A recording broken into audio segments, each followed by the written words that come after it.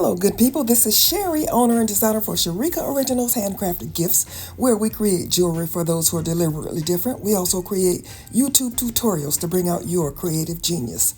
Today, I am embarking on what I'm calling a wire earring marathon. This is part one of a multi-part video where I am making several pair of aluminum wire earrings and a pendant. So stay tuned and see what we come up with. Most of my wire designs are what I call organic, in that I don't start with a specific design in mind. I just kind of fold and wrap the wire and let the wire tell me what it wants to do, and let my feelings tell me what I want to do. So that's what I'm doing here. I've cut about 10 inches of wire and cut two lengths of 10 inches of wire, and I always start with a loop for that I'm going to use to hang my earring on. And I'm just folding. Now the trick is, once I get the first one made, how to make the second one look like the first one. And it doesn't always work, but it's always great.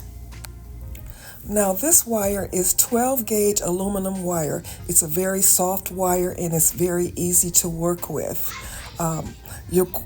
When I finish shaping these, you're going to see me get my steel block and hammer them. Hammering does two things at least. It makes them stronger, because they can get bent up if you're not careful with them, and it also gives the wire kind of a design. So check that out.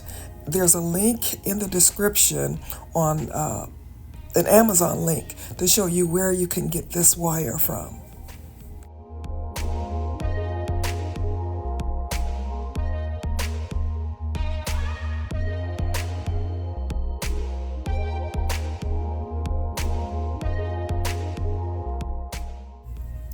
When you're making the second earring, another thing to think about is that normally earrings are shaped in what they call mirrored, meaning it looks like the same earring is facing each other. So you're gonna kind of keep that in mind so you won't have both earrings going the same way. I hope it's clear what I'm saying.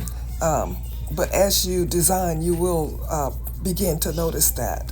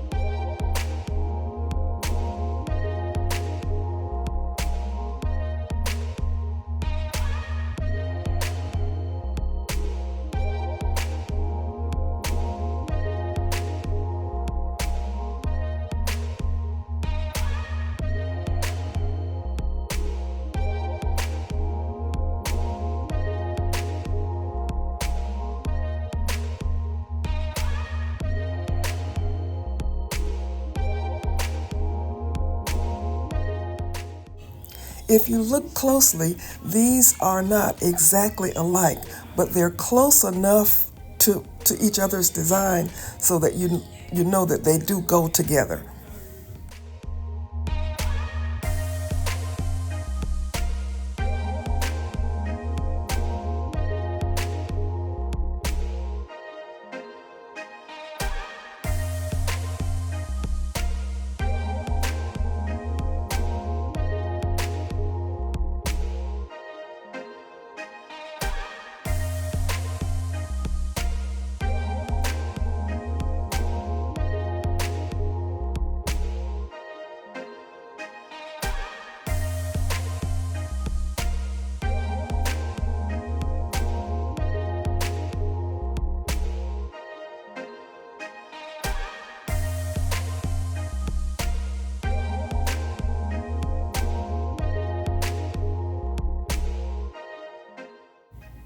I don't hammer in places where I have the wire crossing each other because you can cause the wire to break. So I just hammer around those areas where the two wires cross.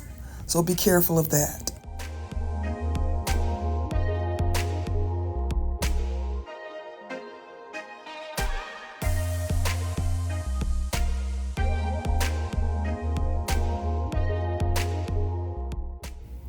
I use my plastic blocks when I want to flatten the wire, but I don't want to hammer it. I don't want to have the hammering marks. But as you hammer, the wire kind of curls up. So I just use the flat plastic blocks to flatten them again. Another thing to remember when hammering is that you want to be sure to hammer on the front. So you have to have the earrings facing the way that you want the wearer to wear them.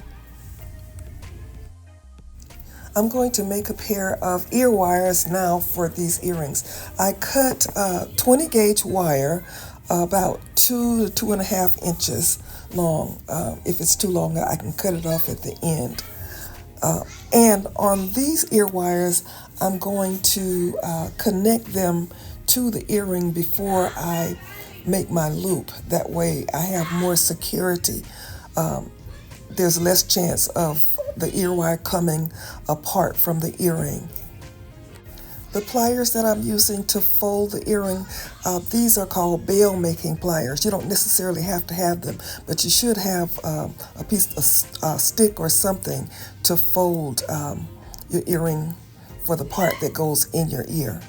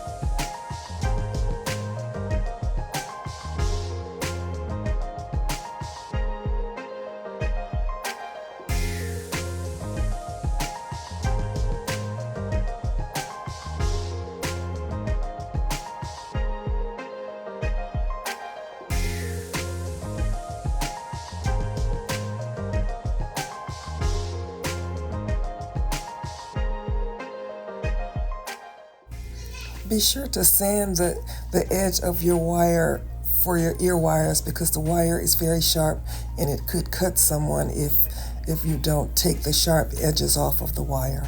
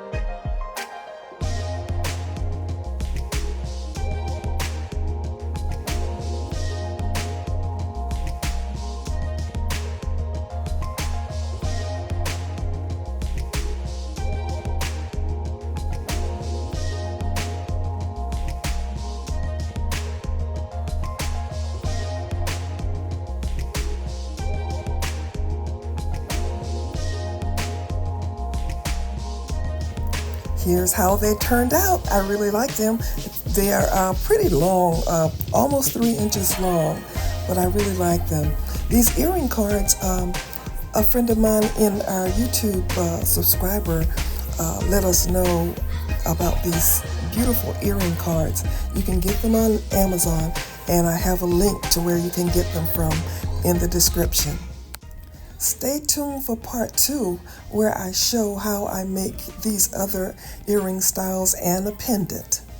All right, good people, this is Sherry saying, please like, share, subscribe, leave me a comment, hit the bell to be notified when I upload new content.